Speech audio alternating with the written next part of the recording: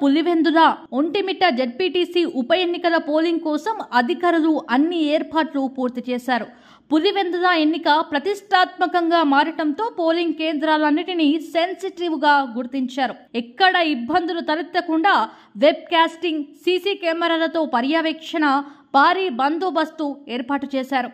ZPTC ఉప ఎన్నికల్లో TDP versus YCP ముమ్మరంగా ప్రచారం నువ్వా నేనా అన్నట్టుగా సాగుతుంది.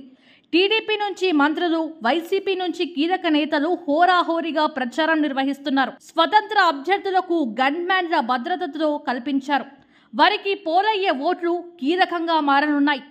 పులివెందుల ఉప ఎన్నిక మాజీ సీఎం జగన్ కు ప్రతిష్టాత్మకంగా మారనుంది. పులివెందులలో మంత్రి నవిత, ఎమ్మెల్యే ఆదినారాయణ రెడ్డి, మాధవి, వైసీపీ నుంచి ఎంపీ అవినాష్ రెడ్డి, గోరంట్ల మాధవ్, ఇక ఒంటిమిట్టలో మంత్రులు ఫరూక్, బీసీ జనార్దన్ రెడ్డిలు, ఇతర టీడీపీ నేతలు ప్రచారం నిర్వహించారు.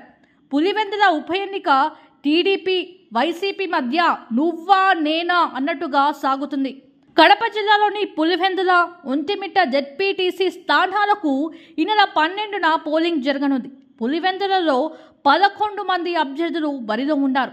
15 పోలింగ్ కేంద్రాలలో 10,600 మంది ఓటర్లు తమ ఓటు హక్కు వినియోగించుకోనున్నారు. ఇక ఒంటిమిట్టలో 11 మంది పోటీ చేస్తున్నారు. 30 పోలింగ్ కేంద్రాలలో 24,000 మంది ఓటర్లు ఓటు వేయనున్నారు. పోలింగ్ సిబ్బందికి ఇవాళ ఉదయం నుంచి మధ్యాహ్నం వరకు బ్యాలెట్ బాక్సులు, ఎన్నికల సామాగ్రి అందజేస్తున్నారు. కేకే సర్వే ప్రకారం పులివెందులలో జెడ్పీటీసీ బై ఎలక్షన్స్లో టీడీపీ గెలుస్తుందని చెప్పుకొచ్చారు.